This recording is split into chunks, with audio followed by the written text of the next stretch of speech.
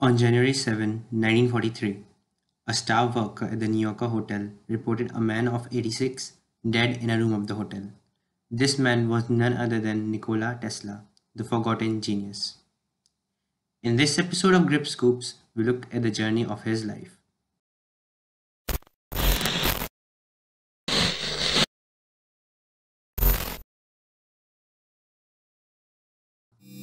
ऐसा क्या हुआ जिसके कारण arguably the greatest inventor to ever live was forced to a diet of milk and chips in his last days and died a broke man? क्यों ये कबूतरों के लिए लगाव रखने वाले जीनियस को ज़्यादातर ज़िंदगी अकेले बितानी पड़ी? और सबसे ज़रूरी, क्यों हमें टेस्ला का शुक्रगुजार होना चाहिए जब भी हम अपना फ़ोन चार्ज करें या लाइट जलाएं या फिर रात को अपने रेफ्रिजरेटर में रखी ठंडी आइसक्रीम का मज़ा लें? Let's head over to the very beginning of the story. It's 10th of July 1856. Tesla का जन्म स्मीलिया नाम के एक टाउन में हुआ जो कि क्रोएशिया, यूरोप में है। फैमिली लेजेंड की माने तो टेस्ला के जन्म के समय काफ़ी बिजली कड़क रही थी। Quite fitting as Tesla went on to become the founding father of alternating current. Tesla जब 5 साल के थे तब उनके बड़े भाई घुड़सवारी करते वक्त एक दुर्घटना में चल बसे। इसका ट्रॉमा जीवन भर उनके साथ रहा। As a child he used to have visions, flashes of lights, काफ़ी confusing चीज़ें। With time he trained his mind to reach its fullest form. Tesla inventions के मॉडल और प्रिंट्स को दिमाग में ही याद रख लेते थे। He loved and enjoyed the world of science. Tesla के पिताजी एक प्रीस्ट थे और वो चाहते थे कि उनका बेटा उनकी लेगेसी ही कंटिन्यू करे, लेकिन टेस्ला की जिद थी कि उनको इंजीनियरिंग में आगे पढ़ाई करनी है। 17 वर्ष की उम्र में उन्हें कोलेरा हो गया, जिससे उनकी जान जाते जाते बची। उनके पिता ने उनसे वादा किया कि अगर वो सही हो जाते हैं तो वो उनको इंजीनियरिंग स्कूल ज़रूर भेजेंगे, और ऐसा ही हुआ। टेस्ला सही हुए और technical college of grass, Austria में अपनी पढ़ाई करने गए। टेस्ला के दोस्तों और प्रोफेसर बताते कि टेस्ला हद से कुछ ज़्यादा ही काम करते थे। वो सुबह 3 बजे से रात 11 बजे तक बस अलग अलग एक्सपेरिमेंट्स और इन्वेंशंस में लगे रहते थे। नौबत ऐसी आ गई कि कुछ प्रोफेसर्स का मानना था कि ऐसा ही रहा तो Tesla would die from overwork. Tesla had a beautiful mind. वो गणित के सवाल को दिमाग में ही कर लेते थे और उन्हें 8 भाषाएं आती थी। टेस्ला का एकेडमिक परफॉर्मेंस एक्सीलेंट था, लेकिन बस शुरुआत में। Later he got addicted to gambling. उन्हें जुए की ऐसी लत लगी कि उन्होंने अपने परिवार और दोस्तों से नाता तोड़ दिया, जिससे कोई इसके बारे में पता न लगा पाए। इस लत के चलते टेस्ला कॉलेज भी ख़त्म ना कर पाए, hence he had no degree.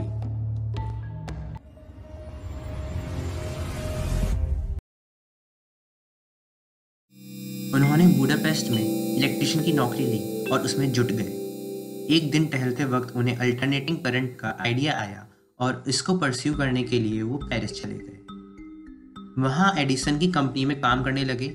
शुरू में उनको लाइटिंग का नॉर्मल काम दिया जाता था, लेकिन जल्द ही उनकी काबिलियत को समझ के उन्हें बड़े और कॉम्प्लिकेटेड प्रोजेक्ट्स दिए गए। उन्होंने एफिल टावर पे एक लाइट शो भी कराया। ये काम देख के टेस्ला के मैनेजर उन्हें न्यूयॉर्क, अमेरिका में डायरेक्टली एडिसन के अंडर एक जगह ऑफर करी, जिसको टेस्ला ने स्वीकारा। जेब में बस 4 सेंट्स के साथ टेस्ला न्यूयॉर्क पहुंचे, लेकिन यहाँ से शुरू हुई उनके महान बनने की कहानी। टेस्ला एडिसन के असिस्टेंट बने और दोनों एक दूसरे के लिए काफ़ी इज्जत रखते थे, लेकिन ये ज़्यादा देर तक नहीं रही और दोनों जल्द एक दूसरे के राइवल्स बन गए। एडिसन डायरेक्ट करंट डीसी में विश्वास रखते थे, जबकि टेस्ला के अनुसार एसी ही भविष्य था। एसी करंट अपने बहने की दिशा बदल सकता है और इसके चलते इसको ट्रांसमिट करना और मशीन्स को ओवरलोड से बचाना आसान था। डीसी करंट एक ही दिशा में चल सकता है और छोटे अप्लायंसेस जैसे कि फ्लैश लाइट को ही सपोर्ट करता है। एडिसन के पास डीसी करंट के सभी पेटेंट्स थे और एसी के आने से डीसी की डिमांड कम हो जाती, जिसके कारण एडिसन ने डीसी का साथ दिया और टेस्ला के खिलाफ रहे।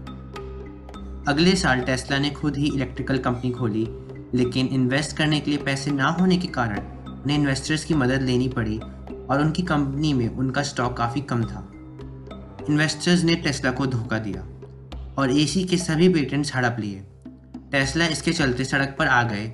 उन्हें खुदाई का काम करना पड़ा for meagre $2 a day to live, लेकिन this was never going to be the end. In 1887 Tesla invented the induction motor. ये सबसे आधुनिक, सस्ता और एफिशिएंट तरीका था अब तक इलेक्ट्रिकल एनर्जी को मैकेनिकल एनर्जी में बदलने का। इलॉन मस्क की टेस्ला मोटर्स में भी इसी इन्वेंशन का एक रूप इस्तेमाल होता है और कंपनी का नाम भी इसी चलते टेस्ला रखा गया। उन्होंने इस मोटर का पेटेंट करवाया और यहाँ उनकी मुलाकात हुई जॉर्ज वेस्टिंगहाउस से। जॉर्ज की एक इलेक्ट्रिकल कंपनी थी by name Westinghouse electric company. उन्होंने टेस्ला की मोटर यूज़ करने का लाइसेंस लिया और उन्हें नौकरी भी दी $2000 पर मंथ की, जो कि आज 35 लाख रुपए के बराबर है। एडिसन और टेस्ला के बीच की जंग अब अपने चरम पर थी। एसी को गिराने के लिए एडिसन ने इलेक्ट्रिक चेयर को भी फंड किया, जिससे लोग एसी को डेंजरस समझे। एडिसन की कंपनी ने टॉप्सी नाम के एक सर्कस एलिफेंट को भी इलेक्ट्रोक्यूट करवाया टू प्रूव देयर पॉइंट। इसके बावजूद टेस्लाज एसी और वेस्टिंगहाउस नई ऊंचाइयां छुए। वो हर एस्पेक्ट में एडिसन की जनरल इलेक्ट्रिक्स के आगे निकल गए और नायग्रा फॉल्स में पहला इलेक्ट्रिकल पावर प्लांट भी एस्टेब्लिश किया। आज नायग्रा के पास टेस्ला की एक प्रतिमा भी है। डीसी करंट पूरी तरह से इंडस्ट्रियली आउट ऑफ यूज़ हो गया और आखिरकार टेस्ला के सपने की, आइडिया की और मेहनत की जीत हुई। वेस्टिंगहाउस की खराब मैनेजमेंट के कारण कंपनी कुछ समय बाद पैसा खोने लगी। हालत यहाँ तक बिगड़ गई कि कंपनी को बचाने के लिए जॉर्ज ने टेस्ला को अपनी रॉयल्टीज कम करने के लिए रिक्वेस्ट की। इसके जवाब में टेस्ला ने जॉर्ज को उन पर यकीन करने के लिए शुक्रिया अदा किया। जब सब उनका मजाक बनाते थे तब वेस्टिंगहाउस ने उन पर भरोसा किया और इसके साथ टेस्ला ने वेस्टिंगहाउस का कॉन्ट्रैक्ट विलिंगली छोड़ दिया और उन रॉयल्टीज़ की कीमत $12 मिलियन थी, जो आज के समय में $300 मिलियन के बराबर है। और अगर टेस्ला उन्हें बनाए रखते तो वो दुनिया के पहले बिलियनियर भी होते। But out of his compassion for his friend, Tesla walked. Tesla ने अपनी ज़िंदगी का नया अध्याय शुरू किया। जो पैसे उनके अभी तक बने थे उनसे टेस्ला ने एक लैब सेटअप की और वो काम पे लग गए। टेस्ला ने यहाँ से as many as 300 इन्वेंशंस की, some useful while others not so much। आप हमारी इस वीडियो के दूसरे पार्ट में टेस्ला की टॉप इन्वेंशंस के बारे में जान सकते हैं। टेस्ला की एक महत्वपूर्ण इन्वेंशन थी द टेस्ला कॉइल, एक ऐसा यंत्र जो बहुत हाई वोल्टेज पे करंट प्रोड्यूस कर सकता हो और रेडियो सिग्नल्स एमिट या रिसीव कर पाए if frequency is kept the same, the basic phenomena of resonance, and hence Tesla invented the modern day radio। लेकिन calamity struck। 1895 में टेस्ला की लैब में आग लग गई और उन्होंने सालों की रिसर्च और महंगी मशीनरी खो दी। 2 साल बाद टेस्ला ने रेडियो के पेटेंट के लिए अप्लाई किया, मगर यहाँ से टेस्ला के जीवन में कुछ भी सही ना हुआ। उसी समय एक इंग्लिश साइंटिस्ट मार्कोनी भी रेडियो पर काम कर रहे थे। उन्होंने यूएस में पेटेंट राइट्स पाने की कोशिश की, बट क्योंकि उनका काम टेस्ला से मिलता जुलता था तो उन्हें इससे इनकार कर दिया गया। Time took turn soon and 1901 में मार्कोनी अटलांटिक ओशियन के अक्रॉस रेडियो सिग्नल भेजने में सफल हुए, जिसमें उन्होंने टेस्ला के 17 पेटेंट्स का इस्तेमाल किया। इसी वक्त एडिसन ने मार्कोनी के काम में खूब पैसा इन्वेस्ट भी किया। टेस्ला को इससे कोई आपत्ति नहीं थी, लेकिन 1904 में यूएस पेटेंट ऑफिस ने एकदम से मार्कोनी को रेडियो की इन्वेंशन के पेटेंट से क्रेडिट कर दिया और इसके पीछे एडिसन की फाइनेंशियल सपोर्ट को एक कारण माना जा सकता है। मार्कोनी आगे चल के फिजिक्स में नोबेल प्राइज जीते, जो कि टेस्ला के काम के बिना संभव ना होता। टेस्ला ये केस कोर्ट में लेकर गए और it only concluded in Tesla's favour after his death. ये पूरा इंसिडेंट टेस्ला को अंदर से तोड़ चुका था। उन्होंने अपने वायरलेस कम्युनिकेशन प्रोजेक्ट को पैसे की तंगी और दिमागी हालत के चलते बीच में ही छोड़ दिया, जिससे उनका बहुत नुकसान हुआ, क्योंकि वो इसके लिए एक बड़ा ट्रांसमिशन टावर बनवा चुके थे, जो कि अब किसी काम का ना रहा। वेस्टिंगहाउस ने टेस्ला को अगले 10 साल तक द न्यूयॉर्क होटल में कमरा दिलवाया, लेकिन फिर भी उन्हें अपना गुजारा पेट काट के करना पड़ा। अपने अंतिम सालों में टेस्ला कबूतरों को खूब प्यार दिए और उन्हें खाना भी खिलाया करते। जनवरी 7, 1943 अपने कमरे में टेस्ला चल बसे। आखिर क्यों जिस इंसान ने हमें हमारा मॉडर्न लाइफस्टाइल दिया वो मरते दम तक कर्ज के बोझ के नीचे रहा? कहा जा सकता है टेस्ला अनलकी थे। लैब में आग लगना और वेस्टिंगहाउस का घाटे में जाना बड़े इवेंट थे, लेकिन टेस्ला एक ऐसे व्यक्ति थे जो कैपिटलिस्ट की तरह नहीं सोचते थे। उनकी ज़िंदगी में पैसे कमाना कभी उद्देश्य नहीं था, वो बस मानवता का विकास चाहते थे। इस सोच के चलते टेस्ला ने कई निर्णय ऐसे लिए जिसको कोई बिजनेस पर्सन कभी समझदारी नहीं कहेगा।